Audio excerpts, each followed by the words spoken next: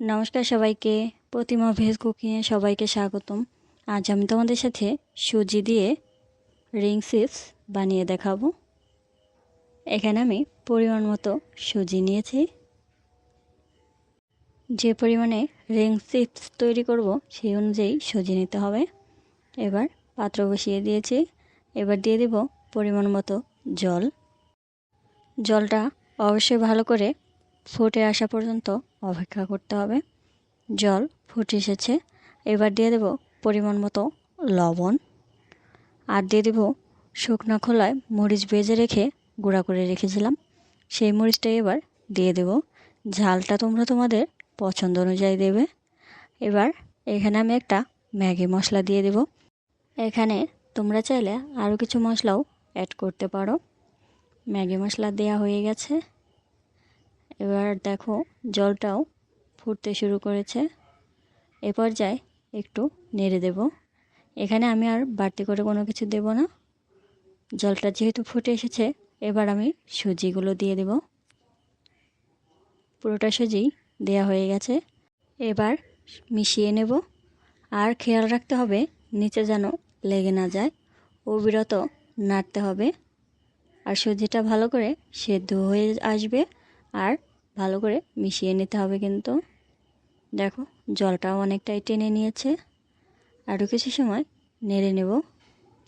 নাড়তে নাড়তে যখন একটু শুকনো ডো হয়ে যাবে, তখনই কিন্তু চুলাটা অফ করে দিতে হবে। একদম শুকনো হয়ে গেছে। এবার একটা বাটিতে নামিয়ে ঠান্ডা করে নেব। বাটিতে নামিয়ে হালকা ঠান্ডা করে নিয়েছি। এবার হাত দিয়ে একটু ম্যাশ করে নেব। এতে করে ডো আরও ভালো হবে। হাত দিয়ে কিছু সময় ম্যাশ করে নিয়েছি। এবার দিয়ে দেব সয়াবিন তেল। তেলের পরিমাণটা অল্প করে দিয়েছি। তেল দেওয়ার পর আবারও ভালো করে ম্যাশ করে নেব। এবার রিং চিপস বানানোর মাপ করে ডো হাতে নেব। হাতে নেবার পর দুই হাতের তালু দিয়ে ভালো করে গোল করে নিতে হবে। গোল করে নেওয়া হয়ে গেছে।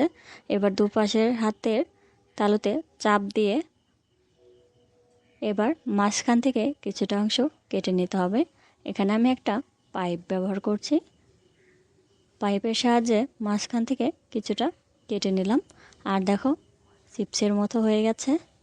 আর একইভাবে সবগুলোই বানিয়ে নিতে হবে।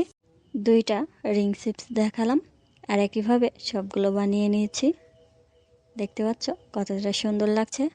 এবার শুধু ভেজে নেবার পালা। চুলায় প্যান বসিয়ে দিয়েছি। এবার দিয়ে দেব সয়াবিন তেল। তেলের পরিমাণটা মোটামুটি দিলেই হবে।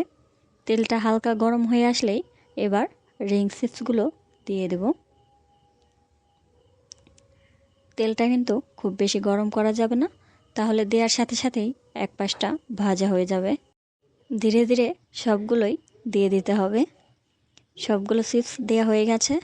এবার চুলার আঁচটা মিডিয়াম রেখে নেড়েচেড়ে ভেজে নিতে হবে। এক পাশটা একটু হালকা হয়ে গেছে। এবার উল্টে দেব। এই রিং চিপসগুলো খেতে কিন্তু খুবই মজা। তোমরা একবার এই রেসিপিটা দেখে বানিয়ে খেয়ে দেখবে। আশা করি খুবই ভালো লাগবে। এবার অন্য পাশটাও আবার উল্টে দেব। এখানে রিং চিপসের সাইজটা কিন্তু একটু ছোট করে নিয়েছি। তোমরা চাইলে আর একটু বড় করেও বানাতে পারো।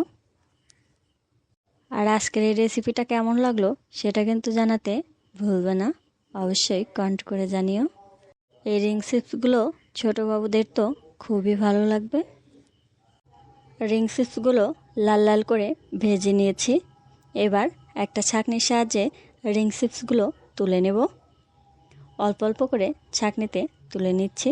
আর সবগুলো তুলে নেওয়া হয়ে গেছে। এবার একটা বাটিতে নামিয়ে নিলাম। আর দেখতে কতটা সুন্দর লাগছে, আর খেতেও কিন্তু খুবই মজা হয়েছিল। এবার একটা ভেঙে দেখাবো কেমন হয়েছে। সবাই ভালো থাকবে, সুস্থ থাকবে। নমস্কার।